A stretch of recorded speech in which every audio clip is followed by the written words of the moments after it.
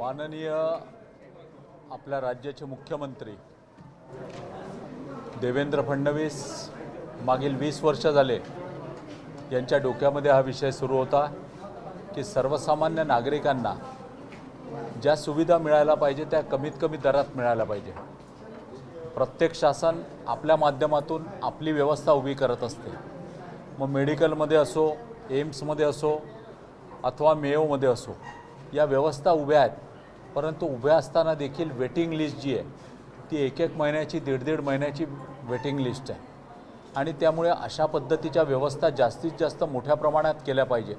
उच्च तंत्रज्ञानांनी ज्या मशीन्स आहे त्या मशीन्सच्या माध्यमातून केल्या पाहिजे आणि त्यामुळे भारतातील सर्वात मोठं सेंटर ज्या ठिकाणी 2 MRI, 2 CT scan, 2 ultrasound machine, 1 x-ray, 1 pathology आणि 25 डायलिसिस मशीन्स या एकाच वेळी कार्यान्वित होत आहेत। याचं लोकार्पण येणाऱ्या रविवारी 22 मार्चला सायंकाळी ठीक 6 वाजता राष्ट्रीय स्वयंसेवक संघाचे सरसंघचालक परमपूजनीय मोहनजी भागवत यांचे शुभ हस्ते माननीय नितीनजी गडकरी, माननीय देवेंद्रजी फडणवीस, माननीय चंद्रशेखरजी बावनकुळे, माननीय आपल्या महापौर नीताताई ठाकरे, माननीय राज्यसभा खासदार, त्याचप्रमाणे नागपूरच्या माजी महापौर मायाताई युनाते, या महाराष्ट्रातील मंत्री मंगलप्रभातजी लोढा, पंकजजी भोयर, आशिषजी जयस्वाल या सर्वांच्या प्रमुख उपस्थितीत आणि नागपूर शहरातले, जिल्ह्यातले, विदर्भातले विविध आमदार,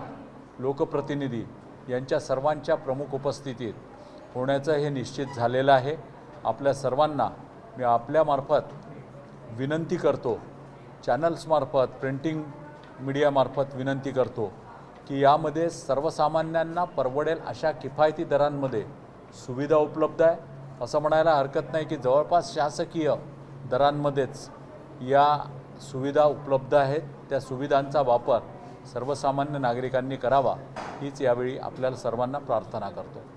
दादा, मध्यंतरी तुम्ही निर्णय घेतला होता की राजकीय संन्यास मला राजकारणात घ्यायचा आहे, कार्यकर्त्यांनी खूप विनंती करा, मधल्या काळात पुनर्विचार झाला का? मी याबाबत माननीय देवेंद्रजी फडणवीसांशी चर्चा केली। माननीय देवेंद्रजींशी बोलल्यानंतर मी 13 मेला ज्या दिवशी मी निवृत्त होणार आहे तेव्हापासून 6 महिन्याचा ब्रेक मी राजकारणात घेण्याचं निश्चित केलेलं आहे आणि 6 महिन्यानंतर पुन्हा एकदा जोशाने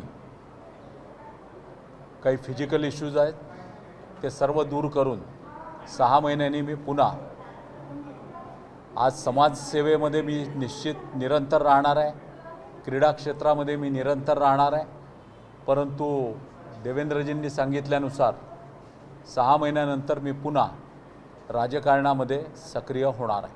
कार्यकर्त्यांच्या विनंतीला मान देऊन आपण हा निर्णयावर विचार केला?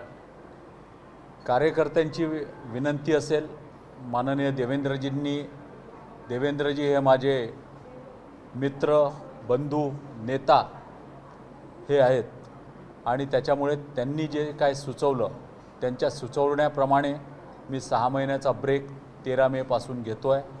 6 महिन्यानंतर पुनश्च एकदा फिनिक्स पक्षाप्रमाणे भरारी घेऊन राजकारणामध्ये मी पुन्हा सहभागी होणार आहे। धन्यवाद।